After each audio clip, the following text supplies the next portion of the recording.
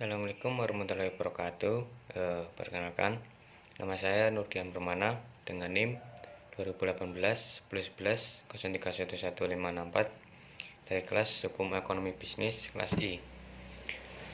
Di sini saya akan menjelaskan mengenai hukum kepalitan, di mana dalam penjelasan kali ini terdapat beberapa poin, yaitu yang pertama diantaranya pengertian hukum kepalitan, kemudian sumber hukum kepalitan, kemudian asas-asas kepalitan, kemudian pihak-pihak yang berada di dalam kepalitan, lalu akibat dari hukum PKPU, kemudian selanjutnya yaitu tujuan dari kepalitan, lalu syarat-syarat dari kepalitan, dan yang terakhir ialah berakhirnya kepalitan. Langsung saja kita mulai yang pertama, yaitu mengenai pengertian kepalitan. Kepalitan ialah suatu proses di mana seorang debitur yang mempunyai kesulitan keuangan untuk membayar hutang yang dinyatakan pailit oleh pengadilan, yang mana dalam hal ini pengadilan niaga, dikarenakan debitur tidak dapat membayar hutangnya. Kemudian sumber-sumber hukum kepalitan. Yang pertama yaitu pasal 1131 KUH Perdata. Kemudian yang kedua yaitu pasal 1132 KUH Perdata. Kemudian yang ketiga yaitu Het Herzien Indonesische Reglement atau HIR. Kemudian yang keempat yaitu Undang-Undang Nomor 37 Tahun 2004 tentang kepalitan dan penundaan kewajiban pembayaran. Lalu yang selanjutnya mengenai asas-asas kepalitan. Dalam asas kepalitan yang pertama yaitu asas keseimbangan.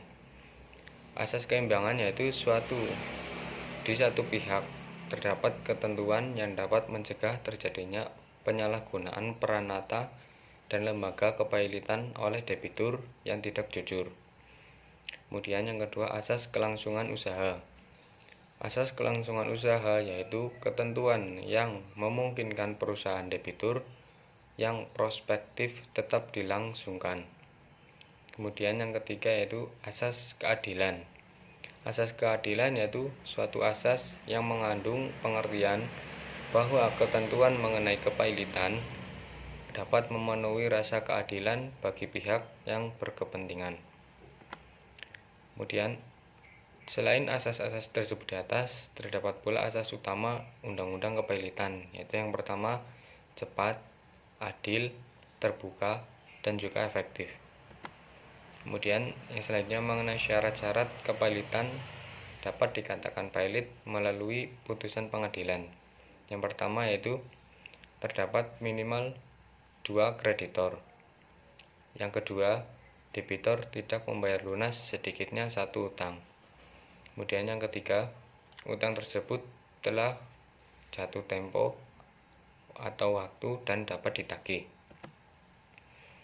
Tujuan dari kepalitan yaitu yang pertama, menjamin pembagian yang sama terhadap harta kekayaan debitur di antara para kreditornya. Kemudian yang kedua yaitu mencegah agar debitur tidak melakukan perbuatan-perbuatan yang dapat merugikan kepentingan para kreditor. Kemudian yang ketiga, memberikan perlindungan kepada debitur yang beretikat baik dari para kreditornya dengan cara memperoleh pembebasan utang.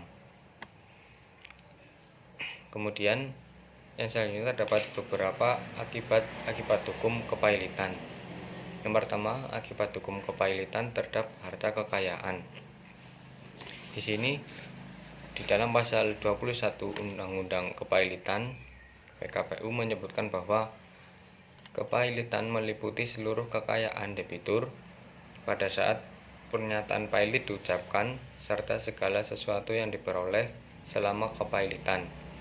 Kemudian pada pasal 24 ayat 1 UU KPKPU yang menyebutkan bahwa debitur demi hukum kehilangan haknya untuk menguasai dan mengurus kekayaan yang termasuk dalam harta pailit sejak tanggal putusan pailit diucapkan.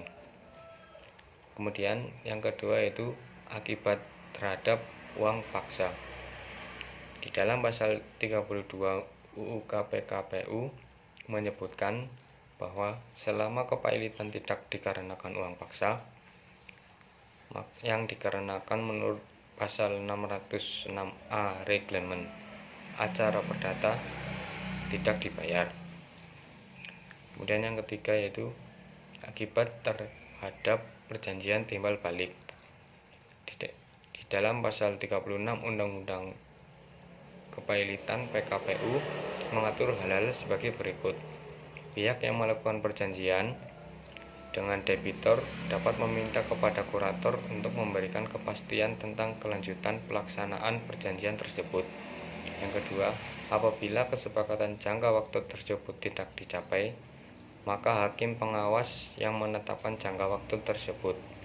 Kemudian selanjutnya, apabila dalam jangka waktu yang telah ditetapkan, kurator tidak memberikan jawaban atau tidak bersedia melanjutkan pelaksanaan perjanjian, maka perjanjian akan berakhir dan pihak yang mengadakan perjanjian dengan debitor dapat menuntut ganti kerugian dan berkedudukan sebagai kreditor konkuren.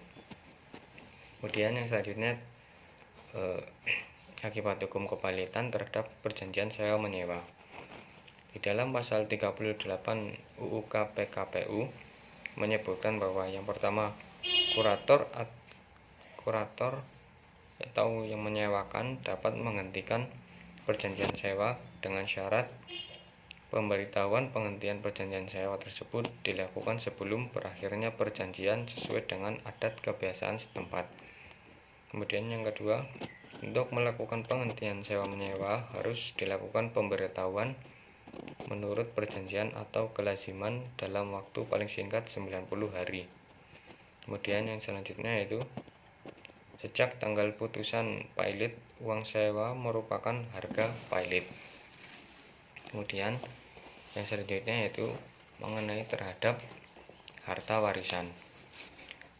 Di dalam pasal 40 UU KPKPU diatur dan disebutkan bahwa warisan yang jatuh kepada debitor selama kepailitan oleh kurator tidak boleh diterima, kecuali apabila harta warisan tersebut menguntungkan harta pailit. Kemudian selanjutnya mengenai pengertian PKPU. PKPU ialah suatu prosedur yang memberikan hak kepada setiap debitur yang tidak dapat melanjutkan utang-utangnya yang sudah jatuh tempo dan dapat ditagih, memohon penundaan kewajiban pembayaran utang dengan maksud untuk mengajukan rencana perdamaian meliputi tawaran pembayaran seluruh atau sebagian utang kepada kreditur. Akibat hukum dari PKPU yang pertama yaitu sitaan berakhir dan dapat diangkat. Debitur kehilangan kebebasan atas harta kekayaannya. Perkara yang sedang berjalan ditangguhkan. PKPU tidak berlaku bagi kreditur yang didahulukan. Kemudian pihak-pihak yang ada di dalam kepailitan. Pertama yaitu pihak yang dapat mengajukan kepailitan, yaitu kejaksaan untuk kepentingan umum. Yang kedua, Bank Indonesia dalam hal debitur adalah bank. Yang ketiga, Badan Pengawas Pasar Modal dalam hal debitur adalah perusahaan efek, bursa efek, lembaga clearing, dan penjaminan. Yang keempat, Menteri Keuangan dalam hal debitur ialah perusahaan asuransi, dana pensiun, BUMN yang bergerak di bidang kepentingan publik. Kemudian yang selanjutnya itu pihak yang dijatuhi pailit. Yang pertama itu orang perorangan, perserikatan dan perkumpulan yang tidak berbadan hukum lainnya, perseroan perkumpulan, koperasi, yayasan yang berbadan hukum. Kemudian yang keempat, harta warisan. Berakhirnya kepailitan. Berakhirnya kepailitan terdapat beberapa hal yang dapat mengakibatkan berakhirnya kepailitan. Yang pertama yaitu pembatalan oleh MA setelah adanya upaya hukum. Kemudian yang kedua, pencabutan kepailitan atas usul kurator karena kekayaan debitur sangat tidak mencukupi untuk keperluan membayar hutang. Kemudian yang ketiga yaitu pemberesan. Yang keempat, perdamaian antara seorang debitur dengan seorang kreditur. Mungkin hanya itu saja yang dapat saya sampaikan. Kurang lebihnya saya mohon maaf.